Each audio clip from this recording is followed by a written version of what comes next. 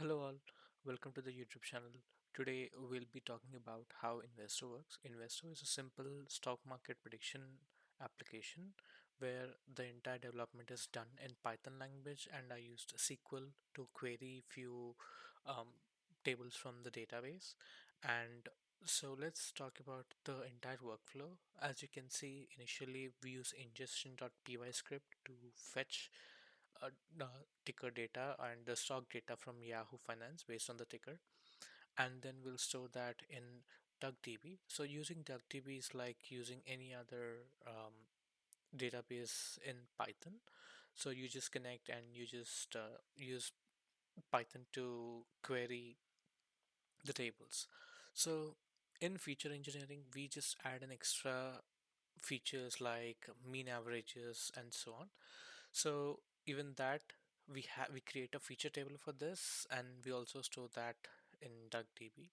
And in model building, we'll be using the entire combined feature and pricing in ModelDB in training the model, and LSTM is the machine learning model we use, and we use PyTorch to build the model. And again we have predictions to predict the future values and store in the database.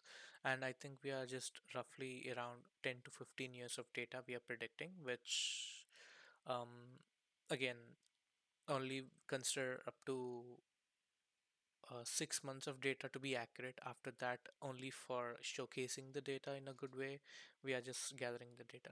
And again, in summarization, we are just getting stock data from DuckDB again.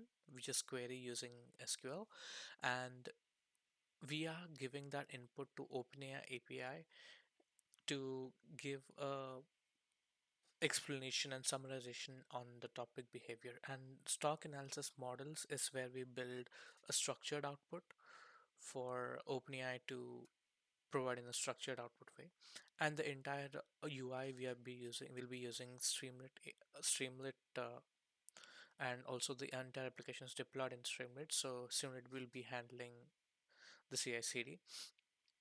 And now we can see another workflow over here, which is on adding a new ticker. We have a ticker DAG, and again, it just points to the DuckDB. Like it's just a simple point, but on clicking the ticker DAG, um, what it does is it just builds a pipeline. It has a pipeline which invokes the entire process to happen. So in this process, we add the new ticker and also update the existing ones. So let's see the UI of the project, like how does it look. So I haven't worked much on the UI. So this is a sample templated UI, so we can see like for what stock we want to calculate the returns. And let's say I want to select JP Morgan, and I would like to invest like, let's say, $5,000, and not for the 5 years, but for the next 2 months. Let's see how much returns I'm gonna get. So let's calculate the returns, and we will get instant returns. So we are expected to have some loss. Oh, that's let's find out for the next 1 month. Oh, we just so we just saw good returns over here for the 1 month, and let's see for the 3 months. Oh, maybe for the next 1 month it is predicting well. So actually, the prediction basically works in such a way that for the next couple of days or hours, it predicts very accurately. But for months, it the predictions get diluted. So yeah, we can just make it predict for the days, and we can just add that days feature also, so that we can just select them for the next couple of 1 week or so, and we can just get accurate results. So in this, the expected returns of other stocks. So as you can see in Amazon, how much returns we're gonna get, in Nvidia for the same amount, for the same $5,000. Let's say I would like to go with Apple, and I want to predict, and so Apple, the total returns will be like $2,200. So the same Apple amount, I'll be getting how much returns I'm gonna get for the other stocks if I invest the same amount at the same time frame. So just like I said, I was trying to gather for the next 10 years of data, or 10 or 5 years of data. So I have to check on that value. Mostly it's like 5. So because after, even after 10 years, it doesn't make any sense. As you can see for the right, after a couple of months, the graph goes completely dead. So we can say that only at this part we can have an accurate um, prediction. And even then, the stock is forever volatile, so it also depends on a lot of external factors as well. So we can just, in the future, we can just add a news tab to check the upcoming news on this. Um, so let's go with the analysis. So this is completely AI analysis. So on completely, I'm using OpenAI API for the analysis part. I know. Currently, I was just using API framework. I'm not building any LLM from scratch to train that on responsing and all. I'm just using straightforward APIs. And here, just like I said, this helps to provide a structured output, and this is the significance of the reason why we got a structured output over here. We have some using Pydantic, we just build few models over there. So yeah, it just gives even detailed overview of like what are the recommendations to buy and how much of the confidence market segment is a bullish, of course, for now. So we can also see like also those, we have some warnings like high volatility, higher risk, and yeah, and we also have technical analysis like trend is upward, volatility high, and 1 month change and 3 month change. So so this comes up like or this is the separate again, this workflow on adding a new ticker will just it just takes like 15 minutes to run the entire pipeline, or maybe 10 minutes, and then again we can start seeing that particular ticker in here. um, so also, what happens if in case of new ticker it just gets validated and data ingestion, again it runs the entire pipeline over here. So we just saw the UI part and how the app works and everything. And this is a more like a POC kind of an application, and we can just make it better by improvising the model and having more data to train. And yeah, use, using a custom AI for discussing that. And we can also have a personal portfolio for the user as well in the future. So yeah, that's pretty much it about the UI and all. And now let's talk in depth of like, not in depth, like an overview of how the code is. Um, Here, like I said, will be creating a small table over here in just getting the basic columns from the Y Finance, and we just performing a simple cleaning, and all these will be getting from Y Finance, and we'll be just while saving, we'll also saving ticker along with it. And this is what will be stored in the prices table. And this all again, it's the basic stuff like feature engineering we're building for ticker and DDL. I'll be showing in the feature engineering shortly. So again, so we have two upserts over here. So one for prices and one for um, features. So features is nothing but in feature engineering we can see all these extra features which I've added as an like moving averages and moving averages with lags and like moving windows. So all this sum up for like around 21 features so that we can have a better understanding about and more meaningful prediction. And yeah, these all will be stored in features table. And this is the query. It's a simple DDL query for that. And yeah, these three functions we are calling from the feature engineering for that. Sorry.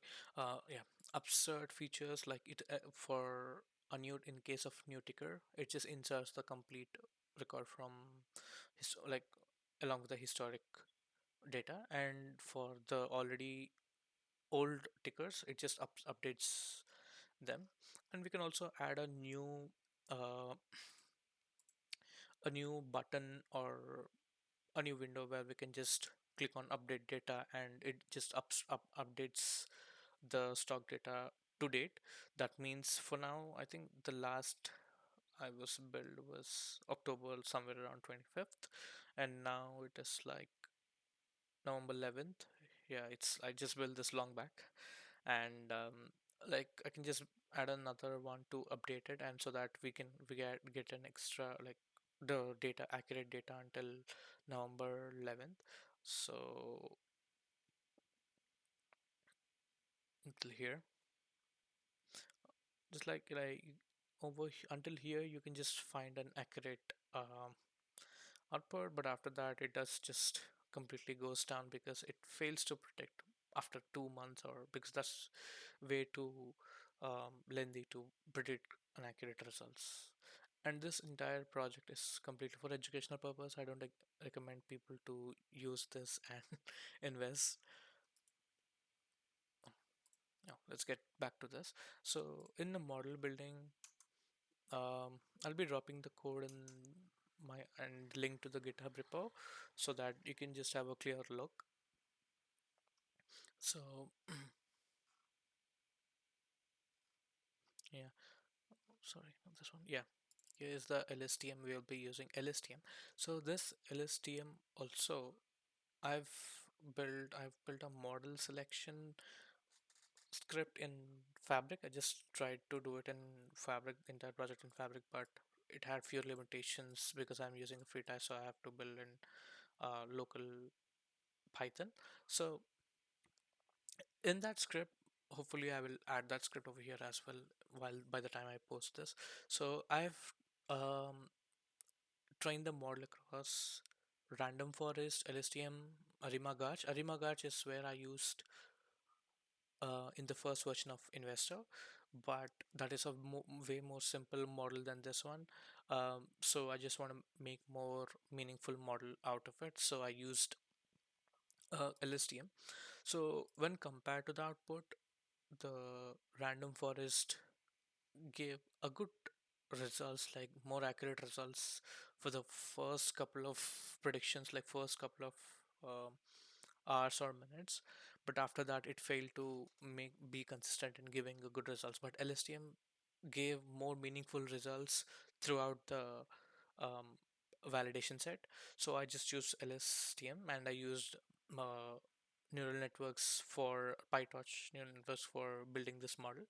And I won't be talking about all the parameters I used. I'll be dropping in the code, entire code, and the link to the GitHub repo in that, so you can check it out. So yeah, this is actually a basic model. I haven't completely fine-tuned this model or something like that. I just want to build a base model for a POC purpose, and yeah, in the future I'll be fine-tuning it, and I'll be performing more operations on this and making it even more better. So we'll be saving the model again. And for predictions, we'll be saving for the next upcoming 5 years of data, or oh, I think it's somewhere around 15,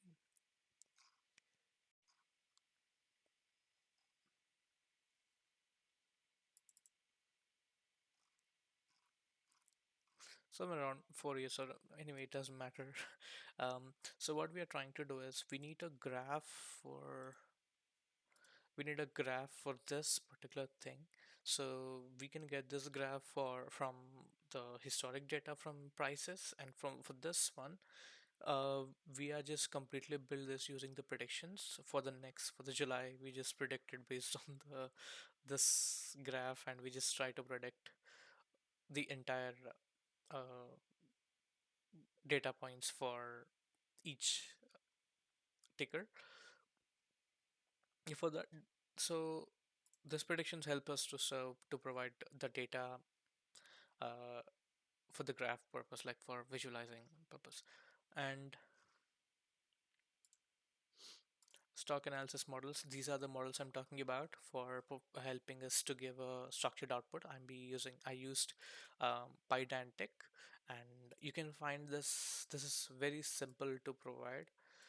You just create each object, and you'll just create a template out of it, or more a template and or more a structured template, and you will just provide um, at the end, like wherever we have the schema, we just provide the schema over there, and this refers to that particular schema. So as you can see, this is the prompt I used, and uh, so we are just providing the ticker, the current price, and last updated and 52-week price and everything, and we are just calculating everything over here and to the model as an input, because we can't give the entire database completely as an input. We can just give a portion of it, and it just outputs the entire stock performance, risk assessment, and everything. And the format was looking for, I'm just giving over here like format your response as a JSON and all. And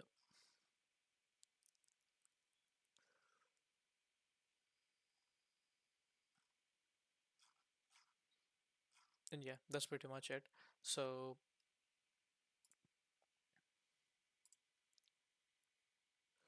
here where we are mentioning all the models, like stock analysis models from stock analysis response. So what we are trying to do over here is, so we created individual objects for each one. Let's say for the risk level, we are looking for. So yeah, this is where we are getting that response, and we are just providing all the values from the prompt, output prompt, to this response. So that is how we are getting this structured output. And talking about the ticker DAG, we are just creating a DAG from scratch. So this we have our task results, and in order to create a task, will be using a data class decorator over here, and yeah, we will be running this particular pipeline, which eventually runs validation ticker, like validation ticker, and update ticker list, which is over here. It just checks if it is present or not. And so validation ticker checks if the ticker already exists or not. And updated ticker list, it updates this particular JSON, which will be referred, and we will be running the ingestion. We'll be running the ingestion, data ingestion, and then feature engineering, model training, and generation predictions. All these four scripts, one after the other. And yeah, that's pretty much it about this project. So before ending this video, let's talk more about model building over here. So basically this model, what we are doing is we are building a single model for all the tickers combined. So since we have a data where each ticker has its own time series of the time historic data, so we are building a historic data set first, meaning we are just assigning an index for each ticker, and each has its own time series, and then we'll be splitting the data by the time series, and then we are feeding it to the LSTM, which is a global LSTM, meaning for the entire model we have only one. So yeah, it might little bit compromise on the accuracy of the results though, but having individual model for each ticker could be expensive, computationally expensive. So yeah, we are just giving the dimensions, and so embedded uh, inputs, like also hidden layers and number of layers, and horizon, meaning how many future uh, so how many number of days ahead you predict as relative returns. So and the dropouts as well. mm, and yeah, we will be training the global model using the, like we'll be connecting the database, and from there we'll be fetching the data to train this particular model over here. And yeah, so we are just giving like input dimensions, get all the features, like how many dimensions. They were like around somewhere 30, not 30, like 28 or 29, because we are just combining the prices as well as the additional features which we did by feature engineering. And all these inputs we are just will be giving in the main function down there over here, like how many look back horizon and layers and dropout and epochs, how many epochs and all the bachelor and value ratio and all that. And this is how we train the global model every time the model retrains itself, because every time we have a new data, let's say we predicted like 10 points over today, and but the actual data it's like 20 points, and if tomorrow we have to refresh it, so the model will be retraining again, so it just the trends will be keep on changing. Yeah, that's it for about the model building over here. Thank you for watching.